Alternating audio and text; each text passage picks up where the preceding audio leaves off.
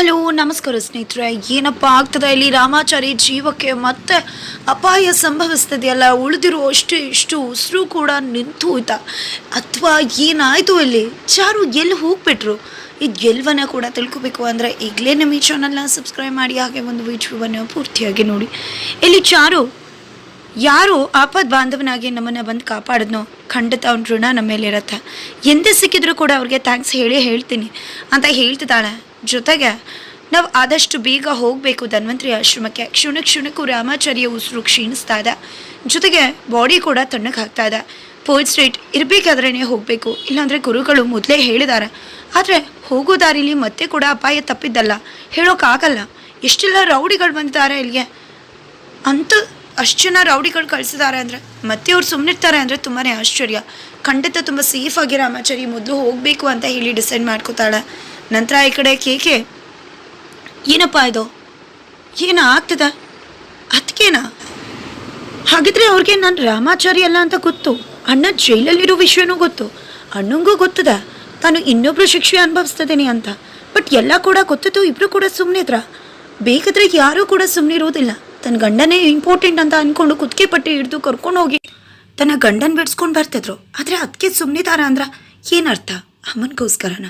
ಅಮ್ಮ ಕಣ್ಣೀರು ಹಾಕ್ತಾರೆ ಅಂತನ? ಎಷ್ಟು ದೊಡ್ಡ ಮನಸ್ಸಿರಬೇಕು ಅಲ್ಲಿ. ಅದಕ್ಕೆ ತನ್ನ ಗಂಡನ್ನ ಅಂಥ ಪರಿಸ್ಥಿತಿಲಿ ಕಾಪಾಡೋಕೆ ಹೋಗ್ತಿದ್ದಾರೆ. ತನ್ನ ಗಂಡ ಜೈಲಲ್ಲಿದ್ರು ಒಂದಿನ ನನಗೆ ಅವಮಾನ ಮಾಡಲಿಲ್ಲ, ಪ್ರಶ್ನೆ ಮಾಡಲಿಲ್ಲ. ಆ ಕಡೆ ಅಣ್ಣ ಎಲ್ಲ ಕೂಡ ಗೊತ್ತಿದ್ದು ನನ್ನ ಶಿಕ್ಷೆನ ತಾನು ಅನುಭವಿಸ್ತಿದ್ದಾನೆ. ಇವತ್ತು ಸಾವಿನ ಬದುಕಿನ ನಡುವೆ ಹೋರಾಟ ಮಾಡ್ತಿದ್ದಾನೆ. ಇವ್ರ ಋಣ ನನ್ನ ಮೇಲೆ ಇರುತ್ತೆ, ಹೇಗೆ ತೀರಿಸ್ಲಿ ಇವ್ರ ಋಣನ ಅಂತ ಅನ್ಕೋತಿದ್ದಾನೆ. ಜೊತೆಗೆ ಇಲ್ಲಿ ಇನ್ಸ್ಪೆಕ್ಟರ್ಗೆ ವಿಷಯ ಬಂದು ಮುಟ್ಟುತ್ತೆ. ಈ ಕಡೆ ಕೇಕೆ ಸಖತ್ತಾಗಿ ಬಾರಿಸಿರೋರು ಎಲ್ಲರಲ್ಲಿ ಒಬ್ಬರು ಕಾಲ್ ಮಾಡಿ, ಸರ್ ಎಲ್ಲ ಕೂಡ ಉಲ್ಟಾ ಹೊಡಿತು ಸರ್, ಇನ್ನೇನೋ ನಾವು ಅಟ್ಯಾಕ್ ಮಾಡ್ತಿದ್ವಿ, ಅಷ್ಟರಲ್ಲಿ ಯಾವುದೋ ಒಬ್ಬ ವ್ಯಕ್ತಿ ಬಂದು ನಮ್ಮನ್ನೆಲ್ಲ ತುಂಬ ಹೊಡೆದಾಗ್ಬಿಟ್ಟು ಸರ್, ಎಸ್ಕೇಪ್ ಆಗಿಬಿಟ್ರು ಸರ್ ಆ್ಯಂಬುಲೆನ್ಸ್ ತೊಗೊಂಡು ಅಂತ ಹೇಳ್ತಾರೆ. ಅಷ್ಟೊಟ್ಟು ಯಾರಿರ್ಬೋದು ಇದು? ಯಾರಪ್ಪ? ಆ ರಾಮಾಚಾರಿಗೆ ಸಹಾಯ ಮಾಡ್ತಿರೋದು, ಜೊತೆಗೆ ಅವ್ರ ಜೊತೆ ಇರೋದು ಒಂದು ನರ್ಸ್ ಸರ್ ಅಂತ ಹೇಳ್ತಾರೆ. ಬಿಕಾಸ್ ನರ್ಸ್ ವೇಷ ಚಾರು ಹಾಕಿರೋದ್ರಿಂದ ಅವರು ನರ್ಸ್ ಅಂತಾನೆ ಅನ್ಕೋತಾರೆ.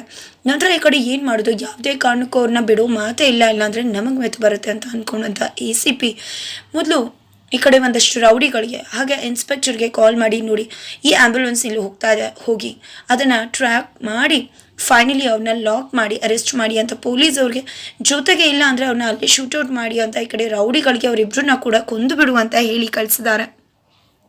ಈ ಕಡೆ ಆ್ಯಂಬುಲೆನ್ಸ್ನೇ ಫಾಲೋ ಮಾಡ್ಕೊಂಡು ಹೋಗ್ತಿದ್ರೆ ಈ ಕಡೆ ಕೇಕ್ ಮಾತ್ರ ತನ್ನ ಅಣ್ಣ ಮತ್ತು ಅದಕ್ಕೆ ಬಗ್ಗೆ ಯೋಚನೆ ಮಾಡ್ತಿದ್ದಾನೆ. ಜೊತೆಗೆ ಇಲ್ಲಿ ACP ದೇವ್ ಕೇಕೆಗೂ ಕೂಡ ಕಾಲ್ ಮಾಡ್ತಾರೆ. ಏನಿದು, ನಾನು ಏನು ಹೇಳಿದೆ ನಿನಗೆ? ಹೋಗಿ ಅವರಿಬ್ಬರನ್ನ ಮುಗಿಸ್ಬೇಕು ಅಂತ ಅಲ್ವಾ? ಆದರೆ ಏನು ಮಾಡಿದೆ ನೀನು ಅಂತ ಹೇಳ್ತಿದ್ರೆ ನಾನು ಹೋಗ್ತಿದ್ದೇನೆ ಸರ್ ಅಂತ ಹೇಳ್ತಿದ್ದಾರೆ. ಹೋಗ್ತಿದ್ಯಾ? ಹೋಗೋದ್ರಲ್ಲಿ ಆಲ್ರೆಡಿ ಯಾರೋ ಒಬ್ಬ ಬಂದು ಅವ್ರನ್ನೆಲ್ಲ ಹೊಡೆದು ಅವ್ರನ್ನ ಬಚಾವಾಗುವ ಹಾಗೆ ಮಾಡಿದ್ದಾನೆ. ಅವ್ನು ಯಾರೋ ಗೊತ್ತಿಲ್ಲ, ಆದರೆ ಅವನ್ನ ಆ ನರ್ಸ್ನ ಹಾಗೆ ರಾಮಾಚಾರಿನ ಯಾವುದೇ ಕಾರಣಕ್ಕೂ ಜೀವಂತವಾಗಿ ಉಳಿಸಬಾರ್ದು, ಕೊಂದು ಬಿಡು ಅಂತ ಹೇಳ್ತಾರೆ. ಸರಿ ಸರ್ ಅಂತ ಅಂದ್ಕೊಂಡು ಕೇಕೆ ಕಾಲ್ ಕಟ್ ಮಾಡ್ತಾರೆ. ಜೊತೆಗೆ ನೀನೇನು ಯೋಚನೆ ಮಾಡಬೇಡ, ಏನೇ ಕೇಸ್ ಬಂದರೂ ನಾನು ಹ್ಯಾಂಡಲ್ ಮಾಡ್ತೀನಿ ಅಂತ ತಿಳಿಸ್ತಾರೆ ACP ದೇವ್.